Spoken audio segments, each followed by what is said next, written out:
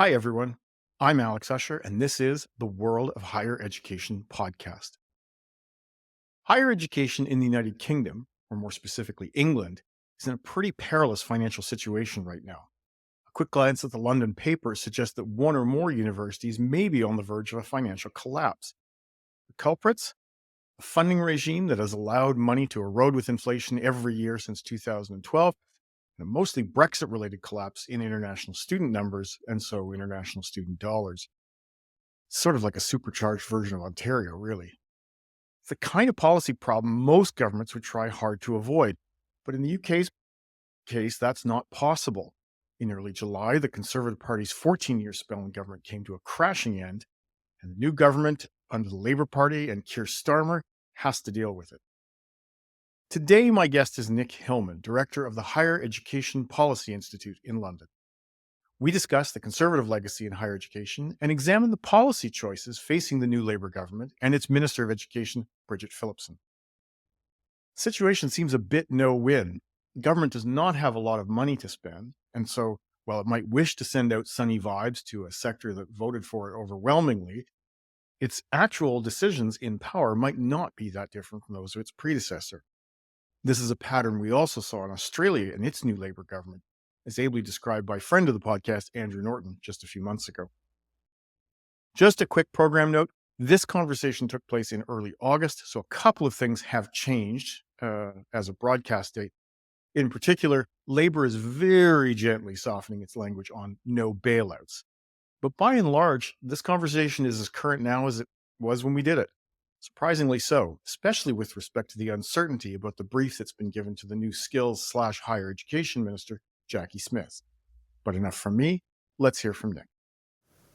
So, Nick, let's talk about where the new government is starting from. The previous government, the Conservative government, had 14 years to put their stamp on higher education. What were their signature policies? Well, that's a very good question. And I would actually separate those 14 years into two, because the first 5 years of that was under a coalition government. And I think their approach to higher education was rather different to what came later. So in the early years of those 14 years, very quickly a decision was made to nearly triple tuition fees for home students, putting our fees at arguably the highest level of anywhere in the world, 9,000 British pounds per year per home undergraduate for full-time students. But what that did was it did lead to very well-funded universities, and it meant the government felt the pressure was off public finances, so they could also remove what I think was a very pernicious feature, which was student number caps, which limited not only the total number of students in the system, but also the number of students at each university. So in those early years, there was reform of fees, there was a removal of the student number cap, there was good funding of research as well. But after the coalition fell and we went into the period of multiple prime ministers in a short period of time, I'm not even sure I can remember them all: David Cameron, Theresa May, Boris Johnson, Liz Truss, and then Rishi Sunak. Well done. The world got sort of worse and worse for universities. The fees were fixed back at that 2012 level pretty much. They went up once in 2017, but even today, 10 years on, they're £9,250. There was lots of negative rhetoric about cracking down on student places and courses that the government didn't rate. And the policies on international students went back and forth. So they were quite tough actually under David Cameron, liberalised under Boris Johnson, and then toughened up again under Rishi Sunak in the run-up to this year's election. So a whole set of, we toughened up our international student rules in January of this year prior to the July election. And so you mentioned that there was a big burst of funding at the beginning of the Cameron government, but it's been 14 years since then. So you've had a long freeze, not just on tuition fees, but I guess on institutional resources generally. How have institutions chosen to cope with this development? Yes, there's been a big freeze, as you say, in relation to home student fees. And that was sort of okay because 9,000 was pretty high back in 2012. It was sort of okay until the period of high inflation that we had around the time that Russia went into and invaded Ukraine, and energy prices and everything went up. And so pretty much inflation went up pretty swiftly to 10% in the UK. And then that really did start affecting universities. They've coped in a number of ways. I mean, prestigious older traditional universities that appeal to international students, took in as many international students as they felt able to do, high fee paying ones. Other universities are doing a range of things to save costs. I mean, more than half of UK universities now are going through voluntary redundancy schemes.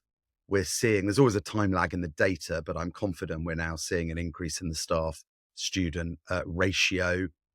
Buildings are becoming more tatty. Now, our physical university estates aren't too bad in reality, but universities are also meant to be helping deliver net zero.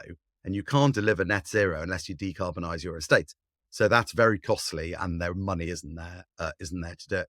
And then the other thing that's suffering is support for cultural institutions and regional institutions that universities often provide a lot of support for, and support for the non-academic features of university life. So recent British governments have expected, for example, universities to do things like provide lots of mental health support to their students, lots of careers support to their students. All good things, but they cost money.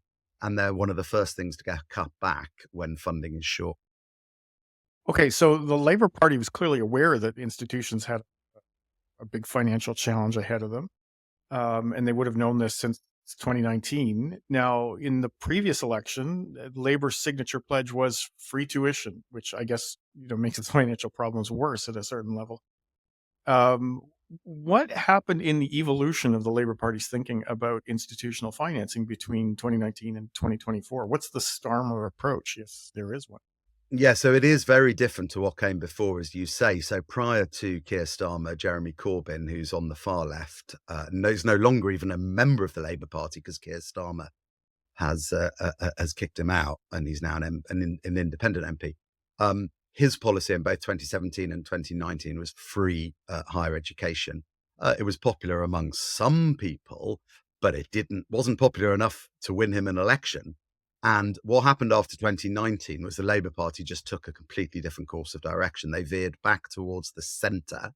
They junked a lot of policies, even though during the leadership election, when Keir Starmer was made leader of the Labour Party, he promised to maintain the policy of free education.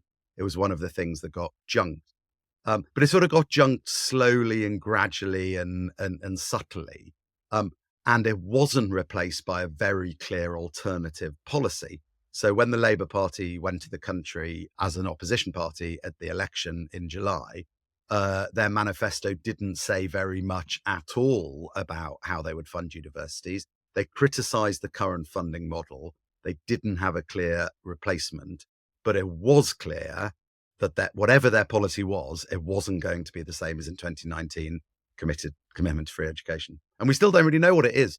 During the election itself, was higher education much of an issue? Did people talk about it? I mean, obviously there was a lot to a lot of issues that come into play in a general election, but was higher education even close to the center of attention?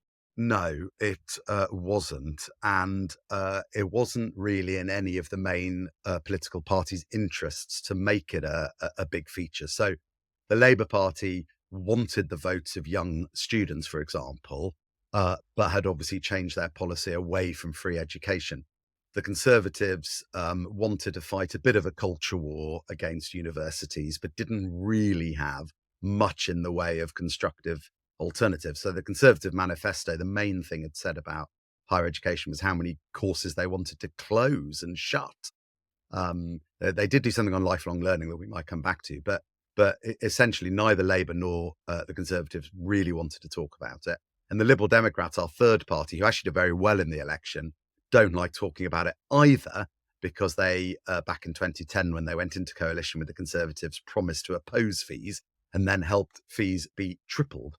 And it really wasn't really wasn't an election about higher education at all. Really, it was an election about the economy, about the lack of growth, about whether or not the country felt ready for change politically, about the National Health Service, and higher education really did take a back foot. Yeah. I want to turn now to the new government and how it's structured. The UK is a little bit different than other countries because it has an inner cabinet and an outer cabinet, and it has an inner cabinet with a minister of education and an outer cabinet of about 100, I think, which usually includes a position just to deal with higher education. But technically, the new minister does not have that title, right? I mean, it's there used to be a minister of higher education. Joe Johnson was the ex-prime minister's brother had that. Willits. I mean, there've been many of those kind of people, but the Starmer government brought in a minister for skills and put higher education under that title of skills. What's been the reaction to that within the sector? Do they like not having their own ministries? Does skills sound too reductionist? Well, I think most of your listeners will know Britain's been through a pretty chaotic political time in recent years. And one of the ways that has shown itself has been multiple reshuffles of ministers and multiple reorganizations of government departments. So I think it's actually been even more complicated, perhaps, than your question implies. So when I worked for the Minister for Higher Education, David Willett, he was the Minister for Universities and Science. So he was Minister for two areas, higher education, teaching and learning, and also research, much of which happens in universities.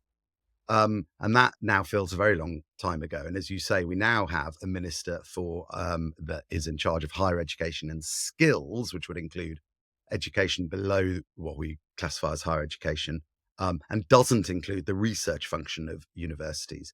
Um, and how do universities feel about this? It's too early to say. I mean, the Labour manifesto did talk about coordination, more coordination between further education and skills and higher education.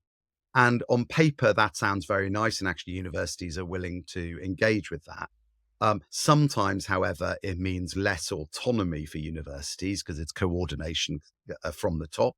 And our universities are very autonomous and don't like people encroaching on their autonomy. So they're worried about that. And when it comes to Jackie Smith, I mean, she's a very experienced politician. She was once our Home Secretary back in the previous period of Labour government. So they're pleased they've got a big figure and a big name with policy responsibility around the cabinet. Well, actually, not around the cabinet table. Your point is right. It's the person above her, the Secretary of State for Education, who's around the cabinet table. And Jackie Smith is not around the cabinet table, even though some of her predecessors, like David Willits, did sit around the cabinet table. David Oh, was not officially a member of cabinet, but he was allowed to attend cabinet. So yeah, so they're worried. They're not quite sure. They know they've got a big figure as the minister, but they don't quite know what she thinks or how much power she'll have in Whitehall. well, so that brings me to the question about personalities. I mean, you have Bridget Phillipson, who was the Minister of Education. Um, if anyone outside the country knows her, it's probably because she was the first person to speak on election night, because it was Mm. Sunderland always comes first on the counting list. So there's Bridget Phillipson, there's Jackie Smith. Do we know anything about what they believe about higher education? And I guess, does it matter, or is this the kind of policy issue where Keir Starmer and his team at Number 10 are likely to override whatever the ministers think? So Bridget Phillipson, the Secretary of State for Education, it represents, as you say, Sunderland, a very deeply red, very Labour part of the country, which is why they can count their votes so quickly on election night because they're you can almost It's weigh always them. in one Um, pile. yeah, exactly. It's huge. Now I think it's fair to say, I think, in private, she'd probably admit this herself. She's more interested in schools than she is higher education. She's more interested in early years than she is higher education. And there is a tradition in the UK anyway of the Secretary of State for for Education leaving higher education to the next level down. And so I suspect she will do that. I mean, when she has spoken out about higher education, she's put a focus on access. We still have a big problem, despite big expansion of higher education. We still have a big problem among, for example, to take one group, white working class boys who go to higher education in very small numbers. Some parts of the country send very small proportions of local young people to higher education. In other parts, very high numbers. So she cares about access.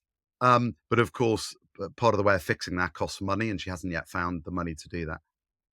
But mainly she cares about earlier in the system. And Jackie Smith, of course, his job is to care about sort of post 16, post 18 education.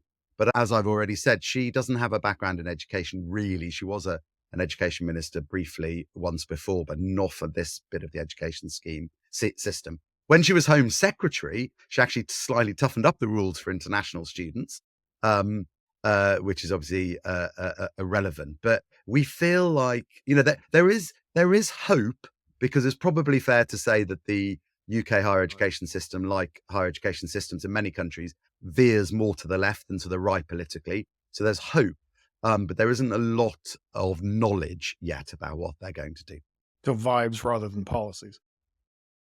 Yeah. Yeah. Okay. And rhetoric about how the UK is going to be more welcome to international students, for example, under the new government. Right. Okay. So, but let's talk about those international students, because I think they're a big part of what Labor is hoping is going to happen, right? Because we've got, I think you mentioned there's something like 60 universities that have had staff redundancies in the last year.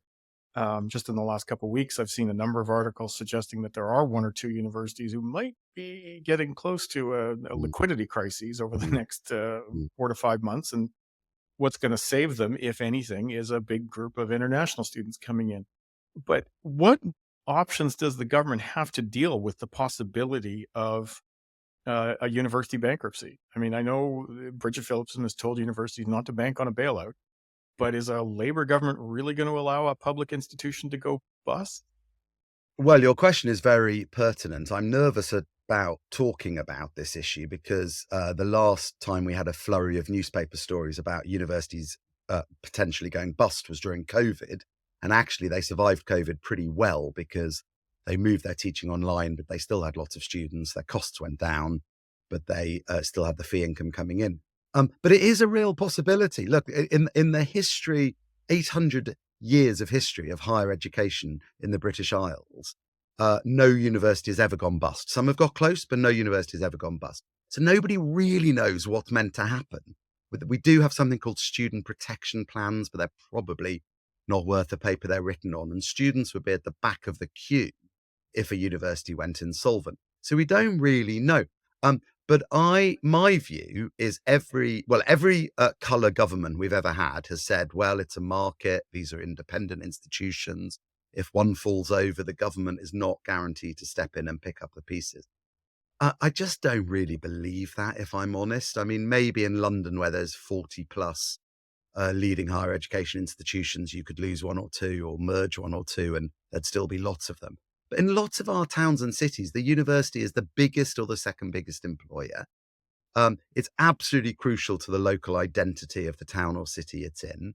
It's got hundreds of thousands of alumni who would be very angry if their university fell over because might devalue the degree that's on their CV.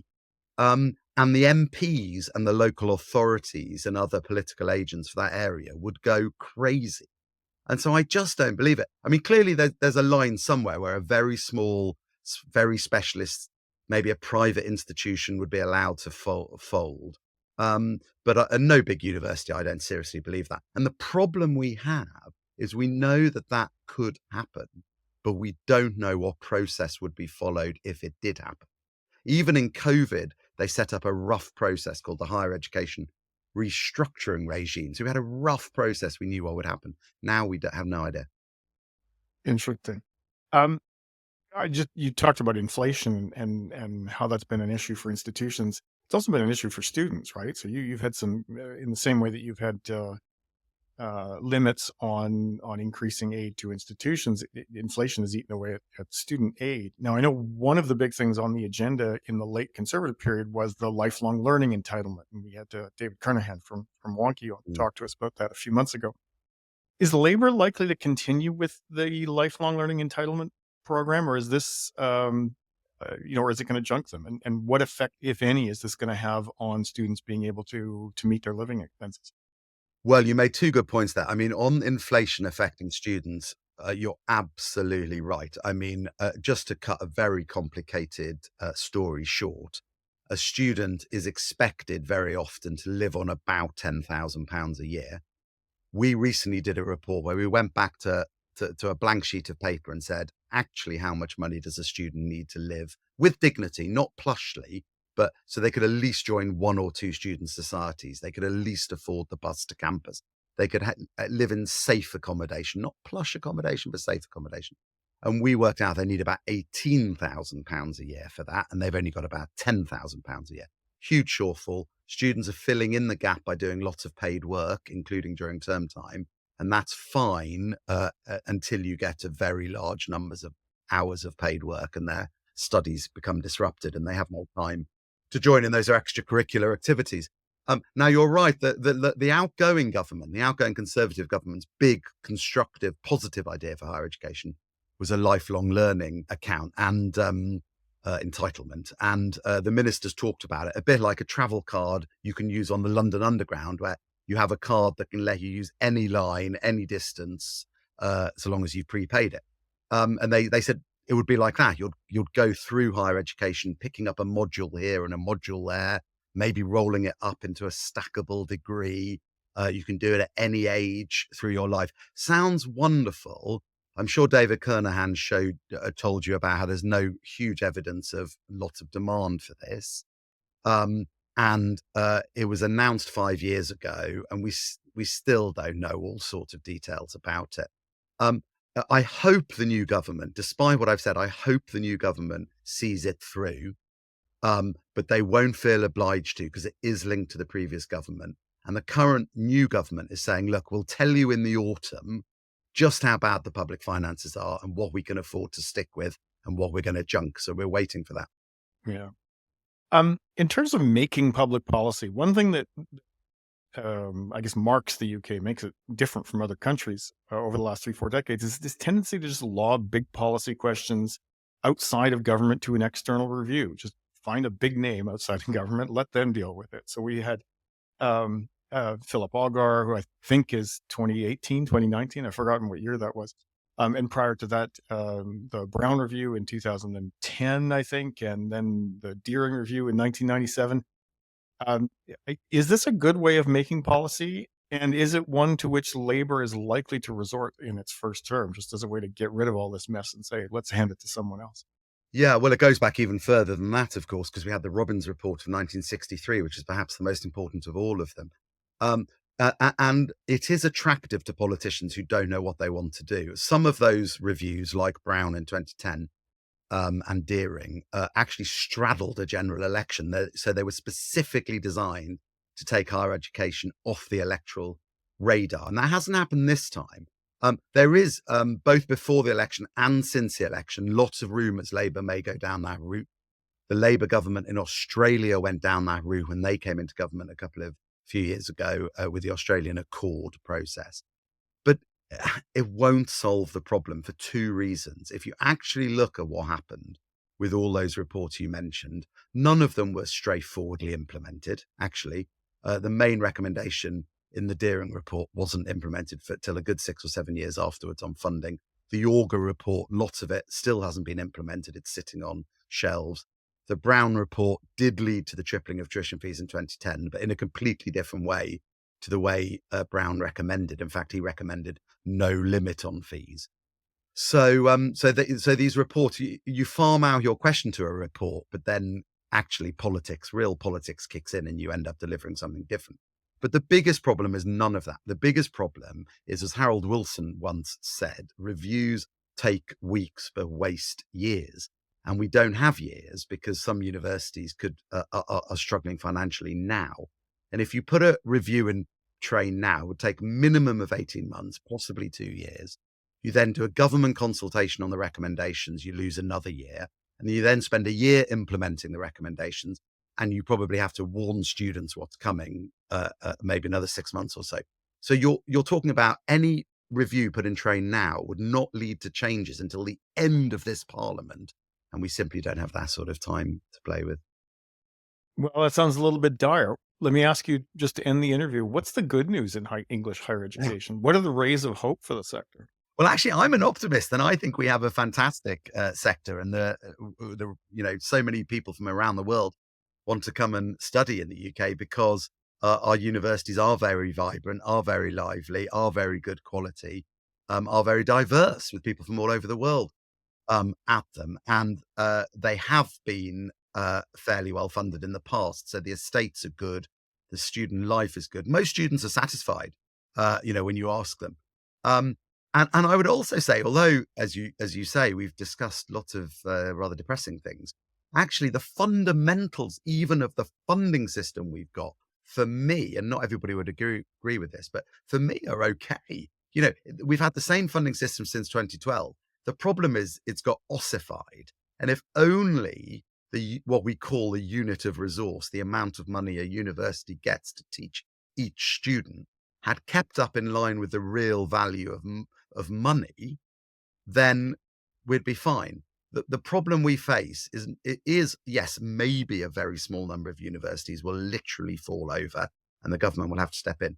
But the bigger problem we face is not that. The bigger problem we face is great university systems and great universities decline slowly. They don't decline fast.